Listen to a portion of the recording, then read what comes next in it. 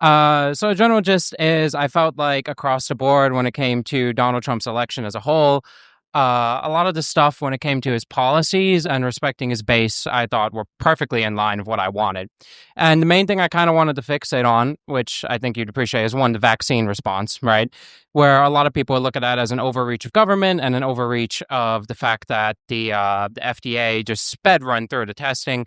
I honestly thought it was a really good result, and to show the fact that I think that there can be a benefit to going about things in a very undemocratic way, right? Because we look at the way the amount of lives that the vaccine saved, and someone that we see as an inherently like authoritarian figure, honestly wound up saving a lot of lives, and I feel like he doesn't get enough credit for that. And honestly, it's one of the reasons why I wound up re-electing him and re-voting for him, because he strikes me as someone that is capable of not being afraid to bend the rules of government in order to pass through policies that actually can and do help people. So I think that in that argument, there is a very buried nugget of truth where, people were critical. Abe Lincoln, suspending habeas corpus for a little bit during the Civil War and everything. And you've got Trump, who I don't know if I would say Operation Warp Speed is an undemocratic way necessarily to approach trying to speed to the vaccine thing. The only reason I say it is because democracy can mean a lot of different things. It doesn't mean that the executive is acting, therefore it's not democratic, right? I don't know if he necessarily broke any laws or any rules. But I would say that the biggest issue when it comes to looking at Donald Trump breaking rules is his lack of a coherent plan, or his lack of vision for what he's trying to do. Sometimes ends up shooting himself in the foot, as opposed to actually being able to take advantage of the thing that he's done. So, for instance, I kind of say that as a backhanded compliment when people say, well, what was good about Trump? And I'll say, oh, well, Operation Warp Speed. And the reason why it's a backhanded compliment is because Trump doesn't take credit for Operation Warp Speed anymore, because he poisoned his entire audience against the vaccine, such that when you say it saved lives, it did. It saved Democratic lives, because in general, Democrats are more likely to get vaccinated than Republicans were. Yeah. So you made a lot of solid points there, and in a roundabout way, I think some of the things you bring up with the fact that he often shoots himself in the foot is a very Trump thing to do. And I've watched it time and time again throughout his administration.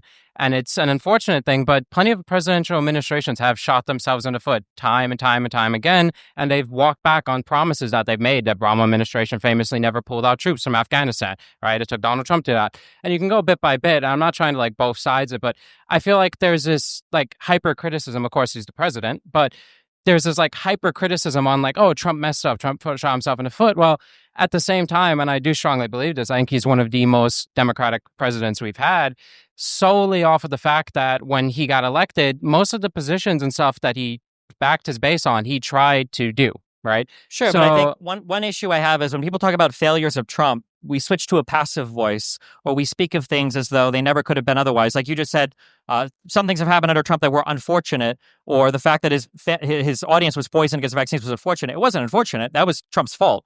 It wasn't that these things just happened to happen under Trump. It was his poor leadership that directly caused these things to happen. And a lot of the talk around COVID and around vaccines, that was just his fault. That was bad leadership. I'm not sure if I would agree with that, mainly because of the fact that, if I remember correctly, the first thing that came out when there was talk about speedrunning the FDA's administration processes and everything was the fact that Donald Trump's administration and the Democrats in response were saying that, well, we shouldn't take a Trump vaccine, right? I'm trying to remember the specific elected representatives. And so I think the specific statements where you could argue that they weren't the most responsible statements, something like, I wouldn't trust what Trump says, I would have to see what the FDA says or something, right? Which were statements that were said, but Democrats ended up taking it and Republicans didn't. But this is the thing, right? So if the Democratic administration can make claims or statements on certain positions on the vaccine, and then when they actually wind up, then the public hears it, and the Democratic administration's public doesn't actually follow through on what their representatives say, then I don't know how much you can actually fault Trump for his own supporters letting themselves die and not taking the vaccine. Well, I think the issue is that it's a false equivalence to say that Democrats signaled against the vaccine as hard as Trump and the Republicans signaled against everything COVID-related. There were a couple of statements that Democrat lawmakers probably shouldn't have made with regards to the vaccine. But they were bordering on irresponsible, maybe. But Trump, when COVID first came here, right? People don't like Fauci because they said one of many things. Now they say he lied about masks early on. Donald Trump lied about how much COVID was here for over a week. He said there's just probably one case. There's maybe 10 cases. There's maybe 100 cases when there were tens of thousands of infected people in New York City. I mean, I feel like there's been an issue here because you're kind of conflating the response that Trump had with the like distribution of the vaccine and everything, and what his fellow Republicans said about the vaccine, versus the fact that like there's only so much you can do when your own base kind of runs with different things. Trump was never in opposition to the vaccine. He made it. He even, proudly proclaimed at many different, events he went to that he proudly got the jab and stuff. So while Trump isn't like inherently against the vaccine, he did critique elements of the administration and the CDC, like Fauci, like other representatives. So while there is like gridlock there, I don't think just because there's gridlock that all of a sudden magically your base just kind of caters or something. I mean, I don't think like it's You don't think right. Donald Trump constantly undermining and attacking the government is what led to Republicans not trusting the government?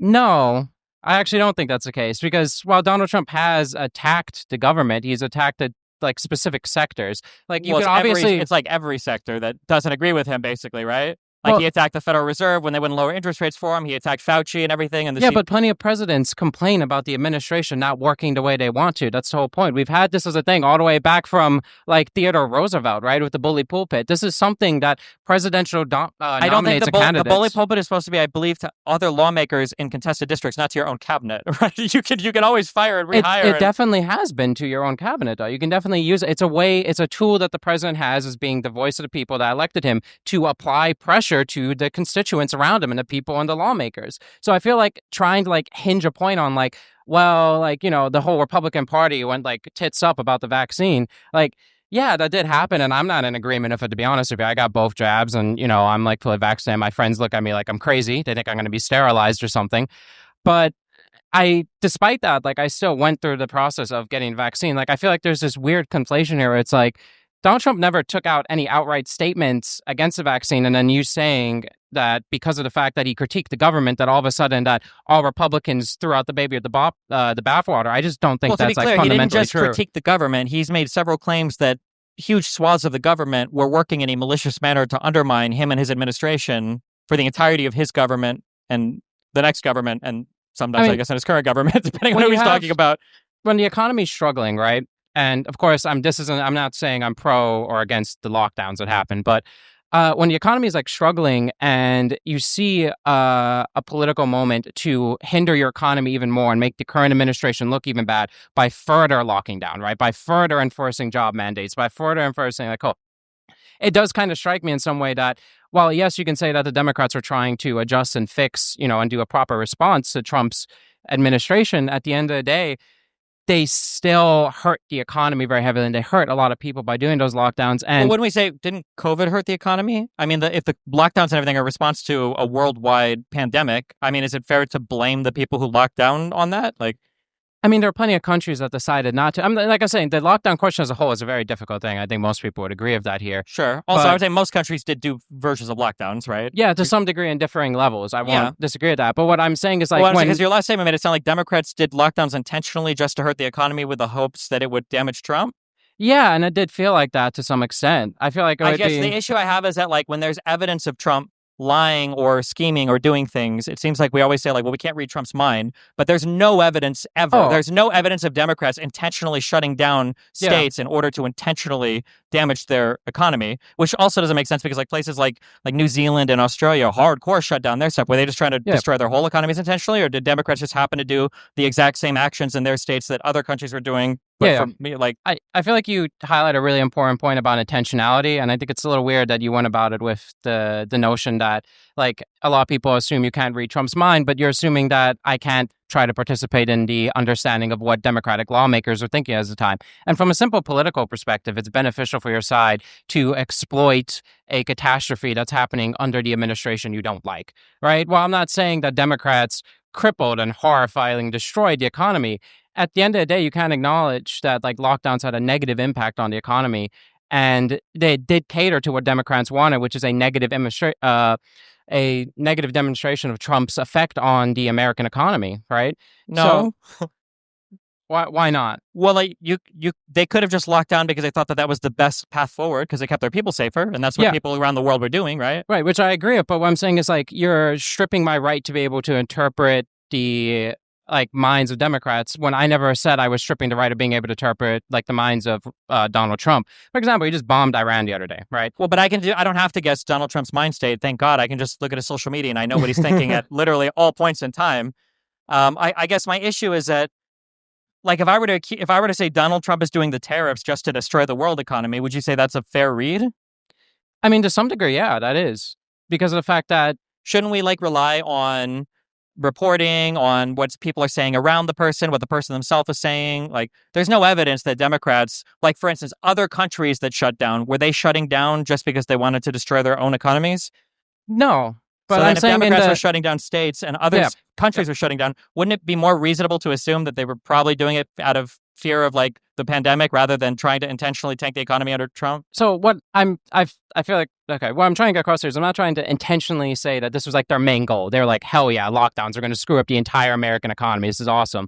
What I'm saying though is that that it just kind of happened to line up with the fact that they wanted to make the administration look bad. And I feel like lockdowns did help do that because when Trump's main position and the main thing he's campaigning on is how strong and how well the economy is, and then Democrats lock down the economy, it's going to make him look worse. And I feel like you can't ignore that. Listen, sometimes politics can line up with intentions, right? So, like, just because a negative thing is happening. That's a way different statement to say that it happened to be politically advantageous versus they wanted that to be the case, right? Okay, so I guess I misused my words a little bit here. So wanted, right? So I did. When I said wanted, I mean that they were encouraged to do the lockdowns because of the fact that would be politically disadvantageous to the current administration. I still feel like while it might be a benefit, when I lived in Nebraska, we had snow days sometimes. Nobody would have accused me of like causing the snow to fall because I wanted a snow day, and it would actually benefit me a lot, right? Like, there's a whole set of explanations for why it's snowing. I would probably go with all of those. And I see it snows in other states where there aren't even kids that go to school, right? So it probably snows because of the weather. If I look at why economies are being locked down, like Canada locked down a ton, they had protests over it. New Zealand, Australia were huge lockdown economies. All of Europe did lockdowns. Even all of the Republican states, to some extent, everybody did like some kind of lockdown. Like, it feels like if we think the Democrats are snowflakes and babies about diseases and stuff more than Republicans, which I think most Republicans would say that anyway, it seems like it would logically follow that they would also lock down the economy a bit more, not just to hurt Trump, but because they feel like that was the right thing to do. And then again, on the flip side, like to draw another example. So for instance, like when we had an immigration bill that could have passed in the last year of Biden's term, Donald Trump explicitly came out and he explicitly said, I don't want that bill to pass because I need to keep the border open because this is an election issue for me. Yeah, but like people will say like, well, that doesn't count. But like that is a clear line of thought. So I want to. Okay, cool. That's right. I wouldn't say. I've heard you bring up this point many times about the immigration bill, but I feel like something that you fail to kind of talk about with it is the fact that when it comes to like an immigration bill like that, you're giving a one up to the other side, right? So if there's issues of immigration, right, and we pass a bill that only is like a half measure, right? While it would have addressed some of the issues of immigration, it wouldn't have addressed Trump's main voter base with immigration. You can't really cater to that because let's say Biden and the bipartisan Republicans agreed to pass the immigration reform bill.